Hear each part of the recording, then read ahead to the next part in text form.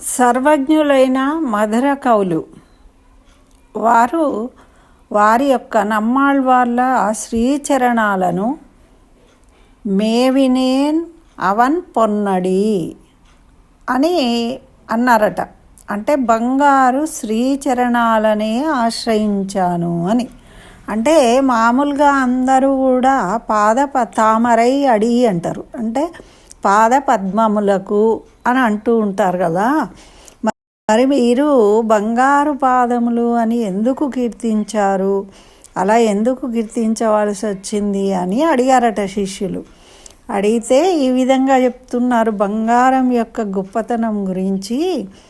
బంగారము సకల ద్రవ్యముల కంటే ఉత్కృష్టమైనది, అందరకు పరమ ప్రీతితో ఆశపడేది, ఫలప్రదమైనది, మరి సర్వకాలములందు లభ్యమయ్యేది, వ్యక్తి తారతమ్యములను చూడక అందరి వద్ద ఉండగలిగేది, తన పట్ల రుచి కలిగిన వారందరి వద్ద ఉంటూ ఉంది, ఆడ మగ అనే వ్యత్యాసం లేదు దానికి, అందరి చేత వెంబడించబడుతుంది.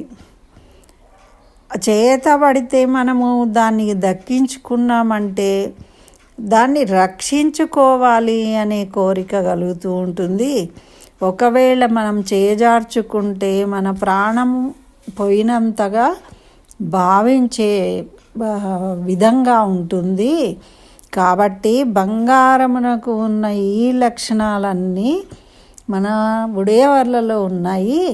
అందుకే నేను బంగారు పాదములు ఆశ్రయించి తిని అని చెప్పారు. మరి అందుకే అలాగే వచ్చింది. మనం ఏదైనా ద బెస్ట్ అని చెప్పాలన్నప్పుడు బంగారంతో పోలుస్తూ ఉంటాం అన్నమాట. ఇదండి బంగారం యొక్క గొప్పతనం.